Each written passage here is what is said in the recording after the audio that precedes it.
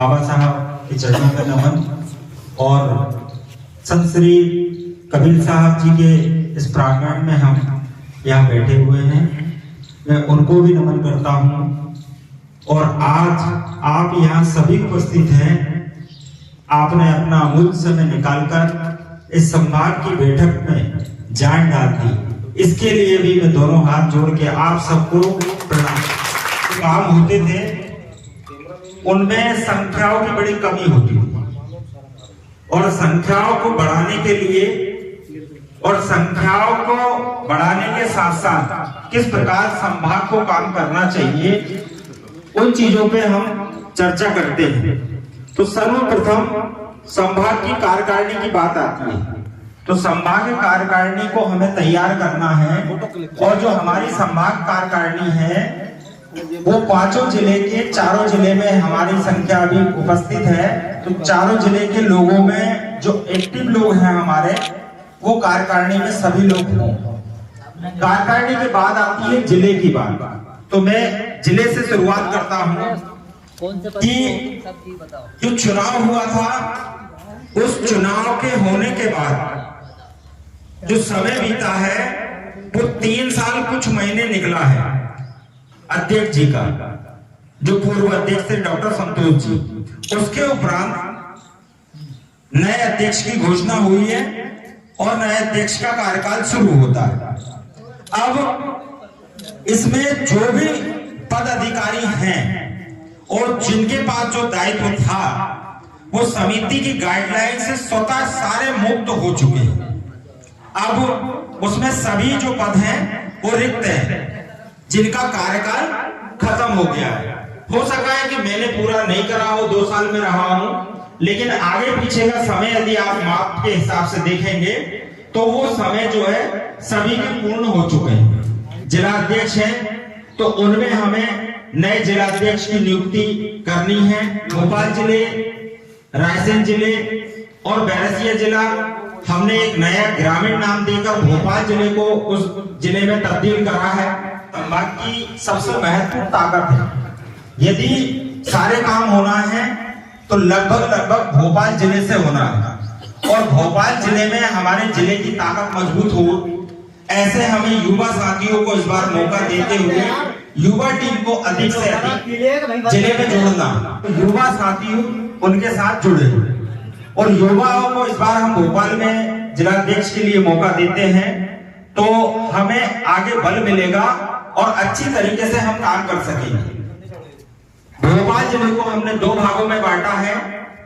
जिला एक ही है, सरकार की दृष्टि से सरकारी जिला, पर हमारे काम की दृष्टि से 2 भागों में बांटकर, एक भोपाल शहर और एक भोपाल ग्रामीण।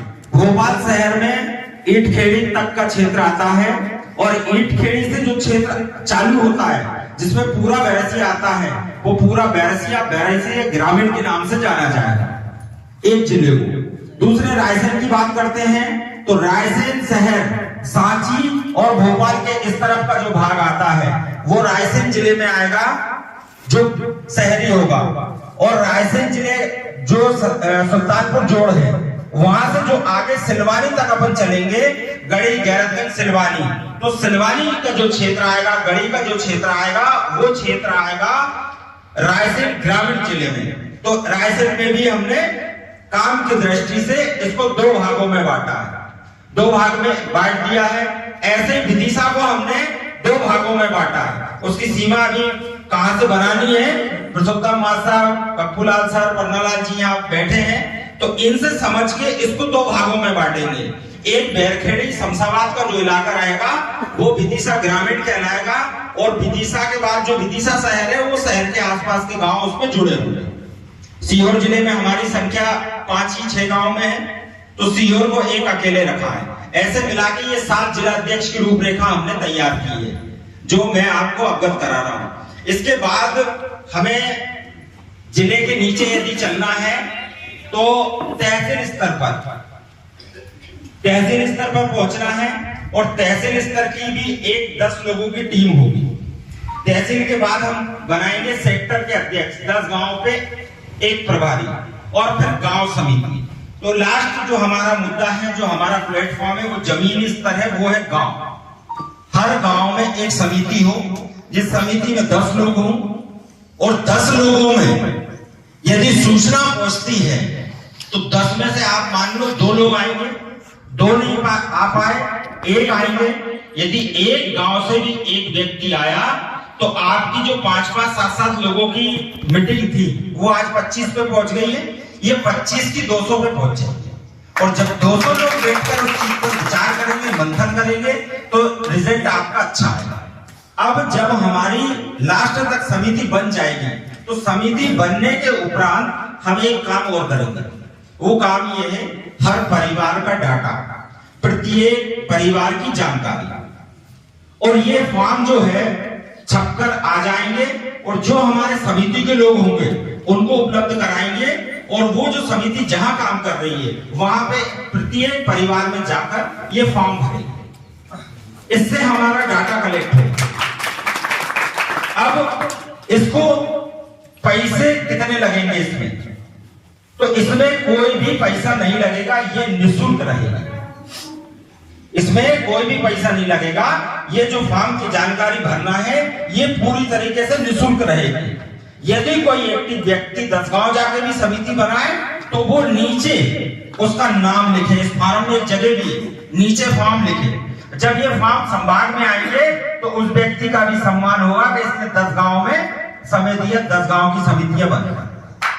हमारी संख्या बल का पता चल जाएगा, हमें ये पता चल जाएगा कि हमारा कौन सा साथी किस गांव में, किस कॉलोनी में, किस मोहल्ले में रहता है। ये सारी चीजें इससे निकलकर सामने आ जाएंगी। दूसरी चीज, यदि मुझे किसी सगाई संबंधी रिश्ते में यदि मान लो कोई लड़का ढूंढना है या अच्छा परिवार ढूंढना है तो इसकी जो डायरी यानी जिसको बुक कहते हैं, यहाँ पर एक बुक बनेगी। उस बुक के माध्यम से वो इधर उधर ना जाते हुए सीधे बुक में अपने लेवल का परिवार ढूंढकर सगाई संबंधी जो भी बातें हैं वो सीधे भी कर सकते हैं। ये भी हमको एक फायदा मिलेगा। दूसरी बात कि जब ये संख्या डाटा में बदल जाएगी और डाटा आपका मोबाइल होगा, यदि मोबाइल में हम किसी भी चीज की सूचना, एक छोटी सी भी सूचना हमने व्हाट्सएप या फेसबुक के माध्यम से भेजी तो एक साथ 1000 लोगों तक पहुंचे। कि जो समाज की चिंता करेगा, समाज के काम में आएगा, समाज की मीटिंग में आएगा। ये चमड़े की जबान पलटी जाती है, माँ को मम्मा भी कह देती है कभी कभी, ये तासीर है। तो मैं आपसे अनुरोध इस बात में भी करता हूं, उतावलेपन से काम बिगड़ते हैं। मैं छोटा हूं उम्र में, आपसे सहमति मांगता हूं, आपसे अनुरोध करता हूं, जिसके प्रति हमारा प्रेम ज्यादा होता है, व्यक्ति का झुकाव उस तरफ ही होता है, वो उसके पक्ष में बोलता है। लेकिन हमें जो काम करना है वो एक सिस्टम के तहत करना है, और जिस सिस्टम के तहत यदि हम काम को करेंगे वो सिस्टम के तहत हम आगे बढ़ेंगे। और आगे बढ़ने से मुझे व्यक्तिगत कोई फायदा नहीं होना है, आपको व्यक्तिगत कोई फायदा नहीं होना है। लेकिन जब मेरी समाज का नाम आएगा तो मैं चारों धाम के तीर्थ कर पाऊंगा कि कहीं किसी भाई का नाम आया है, किसी उन्नति में वो पहुंच गया है। यदि हमारे बच्चे पढ़ लिख के अच्छे रोजगार में, अच्छी शिक्षा में जाते हैं, कोई अच्छा बिजनेस लगा पाता है या कोई अच्छे राजनीतिक पद पर उन्नति कर पाता है, तो कहीं ना कहीं हमारे लिए गौरव है। और जब आप समाज की एक धारणा में जुड़े रहोगे, एकता में जब जुड़े रहोगे, तो कहीं ना कहीं हमें आत्मबल भी मिलेगा और काम में आगे जाने का मौका भी मिलेगा। हुजूर और बैरसिया 3 विधानसभा में संख्या अधिक है, और हम 3 विधानसभा के तीनों विधायक को साथ में लेकर और एक कोई कैबिनेट मंत्री को लेकर इस कार्यक्रम की रूपरेखा तैयार करेंगे। तो इसके बाद इसको रखने का जो प्रोग्राम है वो शहर के अंदर जैसे हिंदी भवन हो या मानस भवन हो, संख्या हमारी, हम यदि 800 का लक्ष्य लेके चलेंगे तो 500 तक आराम से पहुंच जाएंगे। ऐसी इसकी रूपरेखा है जो सिर्फ अभी तैयार हो रही है।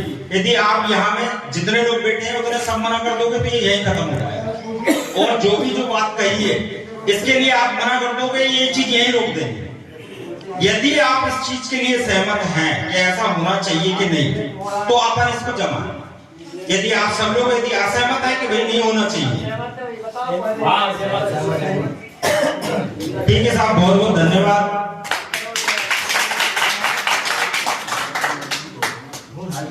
तो इससे हमें दो चीजों के फायदे मिलेंगे कि हमारे छोटे छोटे काम यदि 3 विधानसभा में निकल कर आते हैं तो वो तीनों विधायक कहीं ना कहीं हमारी मदद करेंगे। इससे हमें ये फायदा होगा। बाकी संगठन सभी चलते हैं, सब में सब काम होते हैं, संगठन की एक अपनी नीति होती है कि जिस व्यक्ति का जहां जैसा लगाव होता है वो उसी विचारधारा से जुड़ा हुआ होता है। लेकिन हमें सबको छोड़ते हुए सिर्फ समाज की बात करनी है कि हम समाज को कैसे बल दे सके, समाज को कैसे गति दे सके, उस पर ज्यादा हमारे लिए अच्छा होगा। तो हमने जो रूपरेखा जिस कार्यक्रम की बनाई है वो आप तक मैंने पहुंचा दी है। अब हम संवाद का जो शपथ ग्रहण कार्यक्रम है उसको किस भवन में करने वाले हैं ये डेट तय होने के बाद आप तक पहुंचेगी। किस तारीख को होगा तो तारीख 2 है, 23 और 30 मार्च की। 23, 30 2 में से जो तारीख फाइनल होगी वो तारीख आप तक पहुंचेगी। दूसरी चीज है कि आप कहीं भी कुछ भी बोलो, लेकिन एक बात है, झूठा ही सही पर हूं तो संवाद का अध्यक्ष और आपने बनाया है। यदि आप मुझे सम्मान दे दोगे तो क्या बिगड़ जाएगा आपका, और यदि आपने मुझे सम्मान दिया तो लौट कर भी आपका सम्मान 4 गुना आपके पास आए, क्योंकि आप यदि मेरे तरफ झुके हो तो मेरी मजबूरी है कि आपकी तरफ मुझे झुकना। और हम सब मिलकर एक समाज का ही काम कर रहे हैं। दानी बहुत होते हैं, पैसे वाले बहुत होते हैं, अहंकारी बहुत होते हैं जो कहते हैं कि रास्ते से नहीं तो गैर रास्ते से खरीद लूंगा। लेकिन क्या है, वो घास का तिनका जो झुकता है, ऐसे ही आदमी यदि झुकता चले और नीतियों से चले, जो हमने रूपरेखा बनाई उस पर चले, हम एक दूसरे सभी हमारे भाई हैं। आप किसकी बुराई करोगे, किसको गलत ठहराओगे? अरे भैया, हमको सिर्फ सबको समझाते हुए चलना है। और मैंने सबसे पहले ये कहा था कि भूल मुझसे भी होगी, आपसे भी होगी, क्योंकि आप समाज के नाम पर निकले हो, इसलिए भूल हो गई। यदि आप घर में बैठे होते तो कोई से किसी से भूल होती नहीं। अब हमने 3 चीजें प्रमुख है। हमको हर जिले में जिलाध्यक्ष को बोलना ढंग से आए, पढ़ना आए, पढ़ा लिखा हो। और दूसरी बात, जिले को हमें ऐसा बनाना है युवाओं में, सारे जिले, ये पहली कल्पना। अब दूसरी बात, उस जिले की गांव है तो तहसील इकाई बने, और तहसील इकाई के बाद हर गांव की एक समिति बने। ये हमारी संरचना है। जब लक्ष्य रख दिया है हमने तो 10 लोग तो मेरे साथ खड़े होंगे ना, ये काम होके दिखाएगा। जो नेगेटिव बात करते हैं मुझे उनसे ऊर्जा मिलती है, मैं उनको भी चैलेंज करता हूं कि तुम सोचते रहना कि ये काम नहीं होगा, और मेरे युवा साथी मेरे साथ है, वो करके दिखाएंगे, आपको गलत ठहराएंगे।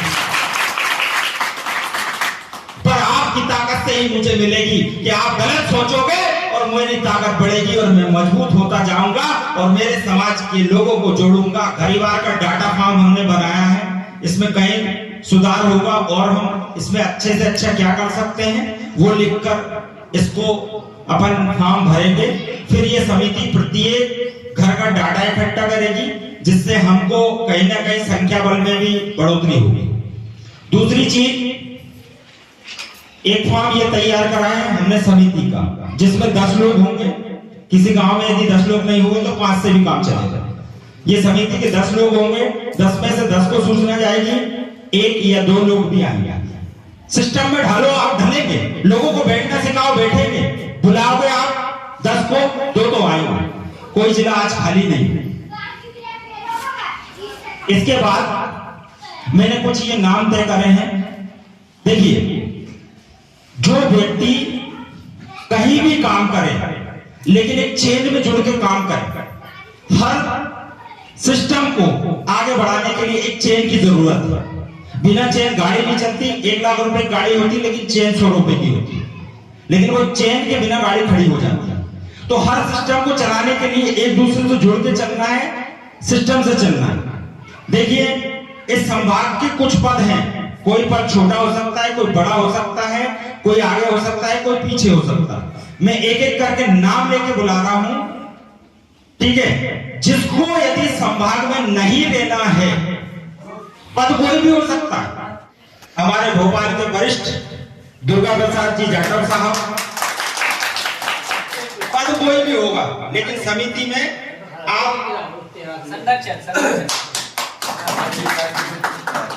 बिल्कुल साहब, तो आप हमारे मार्गदर्शन की कोई जरूरत नहीं रहेगी, मतलब कार्यक्रम होगा, समाज की बात आएगी, ठीक है। दूसरा नाम रायसेन से श्री प्रताप जाटव जी,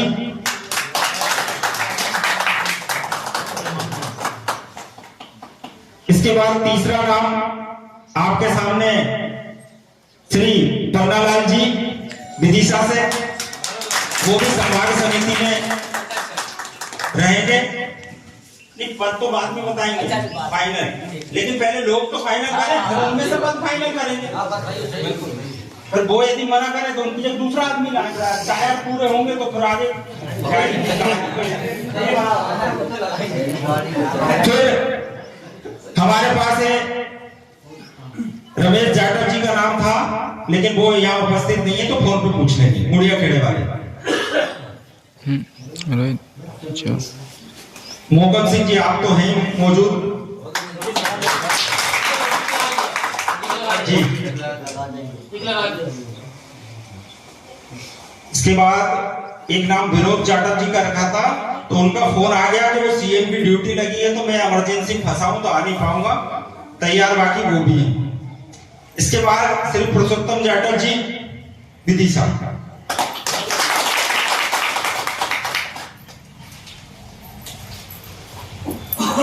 इसके बाद घनश्याम जाटव जी,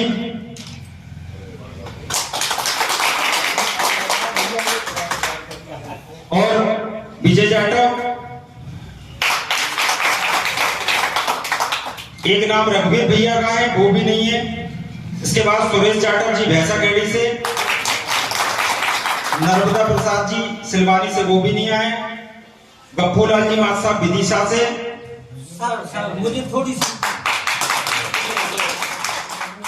हमारे भोपाल के वरिष्ठ दुर्गा प्रसाद जी जाटव साहब, पद कोई भी होगा, लेकिन समिति में आप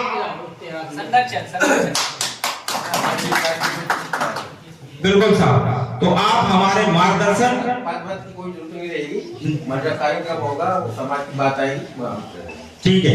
दूसरा नाम रायसेन से श्री प्रताप जाटव जी,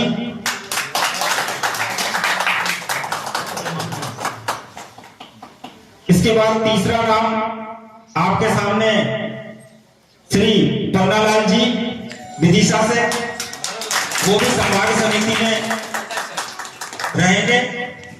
नहीं, पद तो बाद में बताएंगे फाइनल, लेकिन पहले लोग तो फाइनल करें, फिर उनमें से पद फाइनल करेंगे। फिर वो यदि मना करे तो उनकी जब दूसरा आदमी लाएगा, चाहे पूरे होंगे तो फिर आगे। फिर हमारे पास है रमेश जाटव जी का नाम था, लेकिन वो यहाँ उपस्थित नहीं है, तो फोन पे पूछ लेंगे, मुड़िया खेड़े वाले। मोहकम सिंह जी, आप तो हैं मौजूद जी। इसके बाद एक नाम विनोद जाटव जी का रखा था, तो उनका फोन आ गया कि वो सीएम की ड्यूटी लगी है, तो मैं इमरजेंसी फंसा हूं तो आ नहीं पाऊंगा, तैयार बाकी वो भी है। इसके बाद श्री पुरुषोत्तम जाटव जी विदिशा,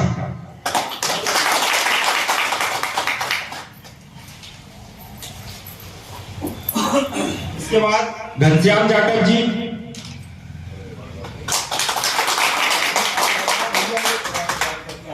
और विजय जाटव।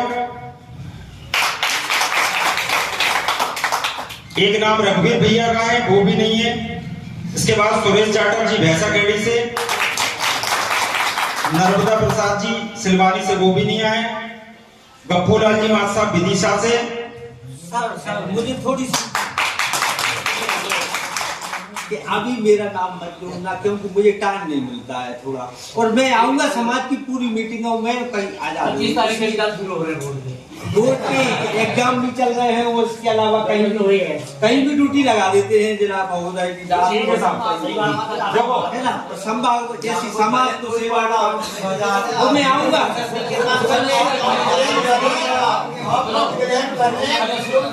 अरे नहीं साहब, नहीं मेरे को समस्या ये हो जाएगी, मेरे ऊपर हो जाएगा। हाँ ऐसा ऐसे आदमी को जरूर दे दें। हमारे